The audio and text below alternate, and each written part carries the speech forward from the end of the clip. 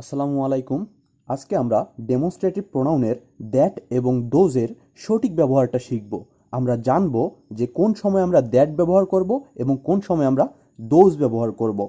তো আপনারা পুরো ভিডিওটি দেখবেন। আশা করি পুরো ভিডিওটি দেখলে এই দ্যাট অফ এবং দোজ অফের পুরো জিনিসটাই আপনাদের সামনে ক্লিয়ার হয়ে যাবে। তো দ্যাট অফ এবং দোজ অফ আমরা যখন কোনো জিনিস তুলনা করব, যেমন আপনাদের সামনে একটি উদাহরণ রয়েছে যে the roads of Rajshahi are wider than dash of Dhaka, অর্থাৎ এই ড্যাশে আমাদের ড্যাট বা দোজ অফ যে কোনো একটা বসবে এবং এক্ষেত্রে দুটো এলাকার রাস্তার তুলনা করা হয়েছে। তো এরকম তুলনা করার ক্ষেত্রে আমাদের প্রথমেই খেয়াল করতে হবে যে সেই সেন্টেন্সের প্রথম নাউনটা সেটা কাউন্টেবল নাকি আনকাউন্টেবল নাউন।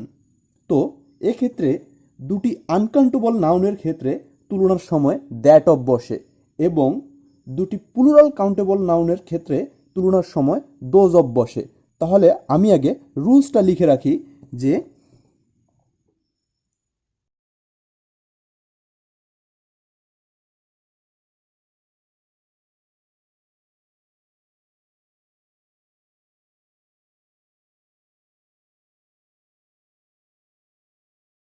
সবাই দেখতে পাচ্ছেন যে আনকাউন্টেবল নাউনের ক্ষেত্রে আমরা দ্যাট অফ ব্যবহার করব এবং প্লুরাল কাউন্টেবল নাউনের ক্ষেত্রে আমরা দোজ অফ ব্যবহার করব। তো এবার আমরা এখানে প্রদত্ত উদাহরণগুলোতে আসি যে the roads of Rajshahi are wider than dash Dhaka. তো দেখেন এখানে আমাদের দ্য রোডস, এখানে রাজশাহী এবং ঢাকার রাস্তার তুলনা করা হয়েছে। তো এখানে এই রোডস এটি আমরা স্পষ্টই বুঝতে পারছি যে এটি হচ্ছে একটি প্লুরাল কাউন্টেবল নাউন। তো এক্ষেত্রে আমাদের দোজ অফ ব্যবহৃত হবে, অর্থাৎ the roads of Rajshahi are wider than those of Dhaka.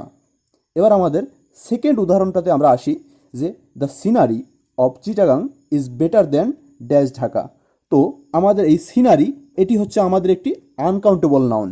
তো আমরা এখানে দেখেছি যে আনকাউন্টেবল নাউনের ক্ষেত্রে ড্যাট অফ ব্যবহৃত হয়। সো এখানে হবে the scenery of Chittagong is better than that of Dhaka.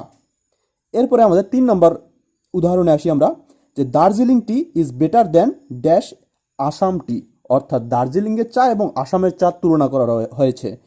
তো এখানে যেহেতু দার্জিলিংয়ের চা এবং আসামের চা তুলনা করা হয়েছে এবং এই দার্জিলিংয়ের চা এবং আসামের চা এগুলো হচ্ছে স্পষ্টতই আনকাউন্টেবল নাউন। তো এক্ষেত্রে আমরা দ্যাট অফ নিঃসন্দেহে ব্যবহার করব। তো এক্ষেত্রে আমাদের সঠিক অ্যান্সার দ্যাট অফ। এবং আমাদের 4 নম্বর উদাহরণটাতে আসি আমরা যে the climate of Dinajpur is like the dash Rangpur. তো ক্লাইমেট হচ্ছে আমাদের আনকাউন্টেবল নাউন। তো এক্ষেত্রেও আমাদের সঠিক উত্তরটি হবে দ্যাট অফ। আমাদের 5 নম্বর উদাহরণটা দেখেন the students of Bangladesh are more meritorious than dash the USA. তো এখানে বাংলাদেশ এবং ইউএসএ দুইটা দেশের ছাত্রছাত্রীদের তুলনা করা হয়েছে। তো এখানে এই স্টুডেন্টস এটি হচ্ছে আমাদের একটি প্লুরাল কাউন্টেবল নাউন। তো এক্ষেত্রে আমাদের সঠিক উত্তরটা হবে দোজ অফ। আশা করি আপনারা পুরোপুরি ক্লিয়ার হয়ে গেছেন। আজকের পর এই দ্যাট অফ এবং দোজ অফের ব্যবহারে কোনো ভুল হবে না। ধন্যবাদ সবাইকে। আসসালামু আলাইকুম।